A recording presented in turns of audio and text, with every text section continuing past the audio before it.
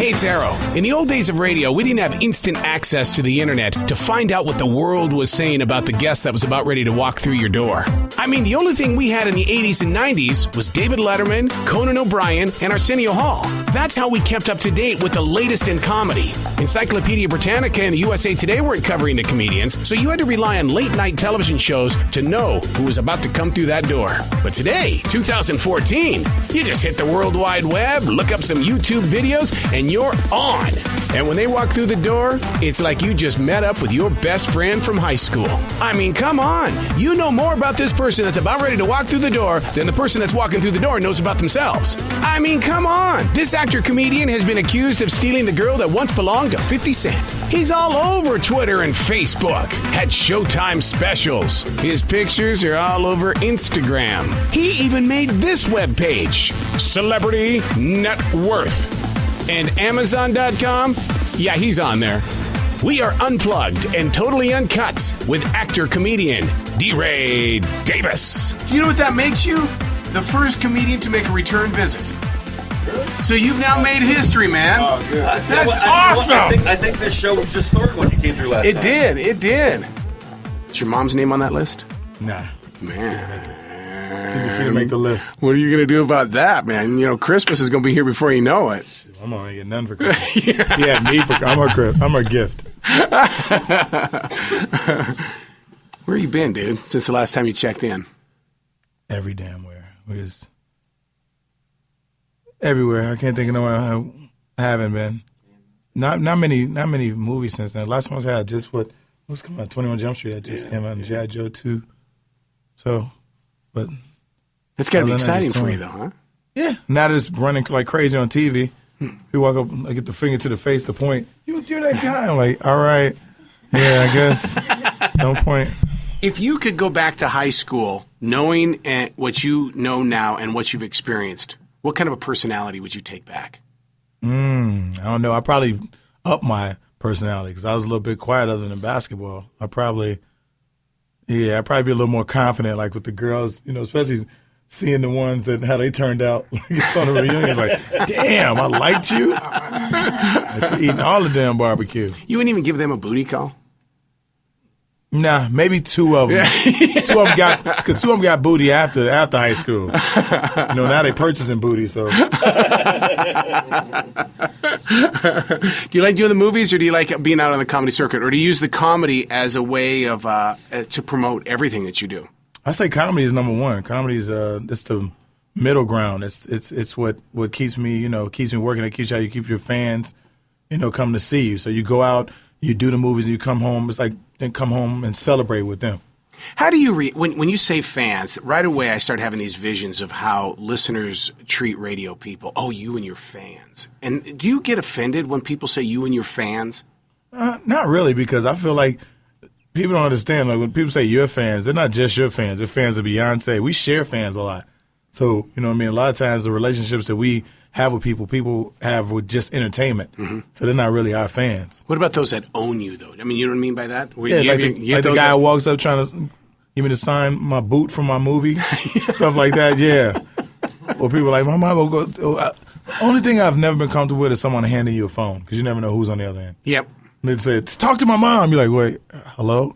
That's your son. No. Bob Saget was with at Comedy Zone one time. And he says, I can call up anybody that was on the show Full House. And he did, and they answered the phone. I swear to That's God, amazing. The whole show stopped at that moment. Yeah, and it was John Stamos goes, hey, what's up? Were you at the company? Yeah. That's it was different. Just shocking. But then again, he was the lead. So, I don't know if John Stamos could call anybody, and I'm kidding. He's like, "What's up? Are we back?"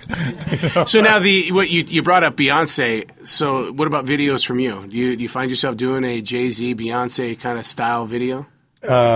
If Beyonce want to do a video with me, yeah, definitely, I'll do the video. Did she melt your heart? Did she got you? I mean, it's just something beyond to see her grow so iconic. You know, it's crazy. I've met Beyonce numerous times. And every time I see her, she's more famous.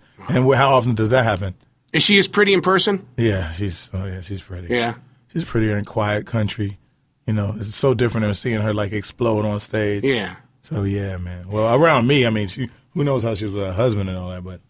As you've grown in your circle of success, do you look at people differently than you see an up and coming artist going, he doesn't have it, or keep an eye on that one? And the reason why I bring that up is because yesterday I was talking with Eddie Money, and all he could do was talk about how great Justin Bieber is, and I kept going, where's this coming from? I think I feel the same way about Justin. I feel like after a while, it's like any kid with that kind. You think about like when LeBron and those guys went to the league, they were like 18, 19 years old. They were clowning. It just never. NBA is so family. They're so locked in when they see their young talent doing crazy stuff that they can get protected. There's no music NBA. There's no musical family that protects you the way that someone owned. It's such a big market. I mean, the NBA, the NFL, they always protect their guys. There's nobody that protects a Justin Bieber. So of course he's speeding, racing down the freeway in Miami. You know what I mean? So I just think that. But I do see young talent sometimes. I like to see original guys who the world might not see as being the funniest immediately, but when I see a growth pattern in them, that's what makes me say, oh, this guy's going to be a star, And it don't have to always be that lane, like comedy. Sometimes you look at somebody like, yeah, you're not the best comic, but that guy's going to be, he's going to have some movies out or be good at something else. Now, when you're on the sets of the movies, to be with the people that are starring in these films, do you have to take a step back and think I'm going to be there one day, or do you find yourself saying, I earned this opportunity? Yeah, I love feeling like I'm part of a team. Like you got somebody like 21 Jump Street, Johnny Depp just did a cameo. You know what I mean? For him to do that smaller cameo, I no longer felt like I was in a movie with Channing Tatum and Jonah Hill. I was like, I'm in a movie with Johnny Depp. Because whenever we talk about it, I always say Johnny Depp. I never say, it's like I'm the bad guy and I got to kill Johnny Depp in a movie. So I rarely get this. Or working with The Rock, like you don't see yourself, because The Rock, ironically, the role that The Rock was playing, I was really up for, which is crazy in G.I. Joe 2. But The Rock ended up, taking a role or whatever. But to see myself that close, that opportunities are always going to be around the corner, and in the business that we're in, it comes and it goes. I take everything I do, it's a job rather than a career. People look at it like, this movie is my career. It shouldn't make your career. It's like, I want to get up and go to work, just like you get up and go to work, like the guy who works at McDonald's gets up and go to work. I want to get up and go to work and get it. That way I feel better about spending it. But I've heard that you guys, your work can take you until 1, 2 o'clock in the morning. You got they don't end when, later I've than heard that. It's later than that? I've had you talking about acting? Or yeah, comedy, well, acting both. and comedy. I couldn't do your schedule. Well, we're just sitting there saying, I want to add a show. I like doing as many shows. I added two shows just recently in Oakland, and he said, I want to add a show, DeRay. And I said, add one, add two. I want to work. People are listening to DeRay. They're hearing me and they want to see me. I'm going to allow those people to see me. But there's going to be an age where I'm 60, 70. I still want to do comedy, and I might come down here, do the comedy zone and only able to do 2 shows. So I want to do as much as I can while I'm able to do it, It's interesting you say that, because but acting, I've had a call time at 2 in the morning before. Wow. Because they want a certain lighting. So I've had to be on set at 2, from like 2 to 10 in the morning. Now, I know what it's like to get up to do a morning show. I can't imagine the voices that's going through your head when you have to get up that early to go do a TV show. They're all groggy. They all sound like this. Every voice in my head is like, man, come on. Well, how do you get rid of the morning voice? Because in radio, you're just like, oh, yeah. We do the tea, and you got to really, you got to prepare yourself. We party hard, to do what we do. Like, I go out, and we know at a certain age, like, what you really need to do. It's like, you can't be out to 4 in the morning and expect to be on the morning show and actually, do great. You know what I mean? You gotta treat it like any other job. And if you put forth the effort and come home and get the rest and get up and go do it. Because sometimes you want to look a certain way. Like, you can't, the alcohol gets you puffy on certain scenes, and you're like, I don't want to look crazy tomorrow. I want to look good tomorrow. So, You just got to take the precautions for stuff like that. There's no. So Nikki Sixx, he has a show on the Fox. He brings up the subject tonight that people who portray, let's say, rock stars or military should play. In other words, should have done it before they got that role. Do you agree with that? I've had this happen before, but it depends on what your passion in life is. Because sometimes I feel like I see people play a street guy, and I'm knowing this guy went to Harvard. And I'm like, why is he playing that when I'm really, I had nothing. I'm really from the streets. But then I'll get an opportunity to play 21 Jump Street. I never rode a motorcycle, But if I get a chance to play the motorcycle bike gang leader, I was excited about it. Or the leader of the 1%ers, I'm like, I get to do this. So I think if they put forth the effort, like you got Matt Damon who will go the lengths of going to boot camp for 8 weeks in a row, and then but he's an actor. You can't expect like the Navy SEALs to come and just act. Like they had a movie like that where they used real SEALs, and trust me, the action scenes were great. The action scenes were great, but the acting was horrible. So what is wrong with you? It's like, so I don't want to judge. So you just never know, But I like that.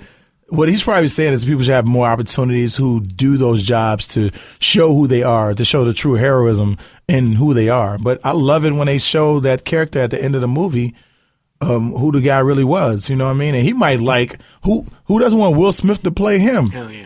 You know what I mean? If you look like a certain way and you get Will Smith to play you in a movie, that takes your stock up some, Have you had a role like that where you actually played somebody that is somebody? No, luckily I have not. But it's coming though, right? Yeah, it actually is. It's coming up pretty soon. But I still got to do the research myself. It's not a big role, but it's important to the story, so yeah. I'll say. What is it with actors and stuff when you kind of start digging in the way where they're going, and then they'll quiet down, they don't want to talk about it? Are you guys have to sign those little contracts? No, you just don't want to mess it up. Like, okay. I can say it all day. Like, I'm getting ready to do the Tupac movie, and I can say that, and then the studio will be like, oh, we don't got no Tupac money no more. And it's like, oh man. You're like, and then next time I see you, like, what happened to the Tupac movie? I'm like, well, I was supposed to play them. So I'd rather because I've thought I was going to be like, I've been in movies where I'll do a scene. I'm like, this scene's incredible. And you see it, and it's like, hey, I didn't say that. Or that's not the way that was cut. I did a movie called, Life as We Know It, where I talk about my wife in the movie, and I talk about how I love my wife. And there's a part where I'm like, kind of mimicking Katherine Heigl at some point, because I played like her best friend from high school. College. And they cut out the whole wife part. So people are like, DeRay, you did an amazing job as that gay man in that movie.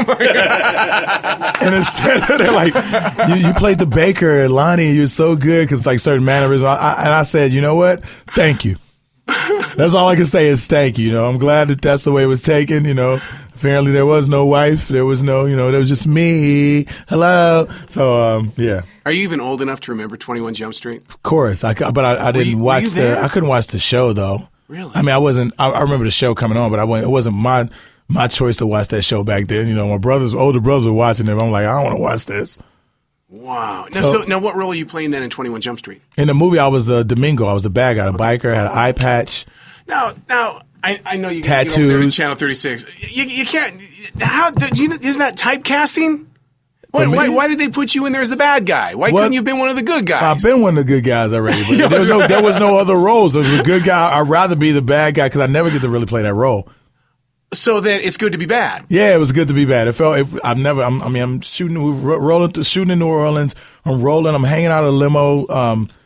Letting off a Mac 14, 15. I shot every kind of gun in that movie I've never in my life. So I didn't feel typecast. I'm like, I'm learning. Are they real guns? Yes. Are they? Wow. Yeah, with blanks in them. They were real guns, though. Yeah, but you got to watch out for those blanks, man. Look what happened to Jason Lee. Yeah, but I'm not getting shot at with blanks. Was I? Oh, I was getting shot at with blanks, too. But I doubt if anybody wants to get me that bad, or I'm not in that. Yeah, I wouldn't have been a person they want to shoot with a blank. All right, we're on iHeartRadio. That means we're all over the country and we're all over the world. How do people in other countries and the country get in touch with you? You can call my mom's house. No, I'm kidding. Still call my mom. Reach out to her, my great granny. Always on the payphone. My Twitter is DeRay Davis, DeRay Davis. Tweet me, talk to me, let me know, what you think about the movies and what I've been in and how terrible I am, because people like telling you that. I like to hear that. That inspires us. And other than that, touring to a city near you soon, And you're in Charlotte this weekend. Did you add more shows in? Working on it now. In Charlotte this weekend at the Comedy Zone. If you're anywhere near Charlotte, drive down. It's worth the 2-hour drive. I'm that funny. You won't see anything you've seen on TV. I'm not that comic. I don't do the same thing I did for my specials. I have a good time, and it's like a party. My comedy shows a get together where people really get to come out, because right now it's a stressful world. You know what I mean? And so I like giving that. I like being that doctor in that moment. I love it. Thank you so much I for coming appreciate it. by Thanks for today. having Man. me. Thank you so much. This interview is great because you never know when it starts. I sat down. I thought it was a conversation. I'm like, oh, this guy really wants to get to know me. Never had this happen. Thanks. He wants to know the real DeRay. Thanks.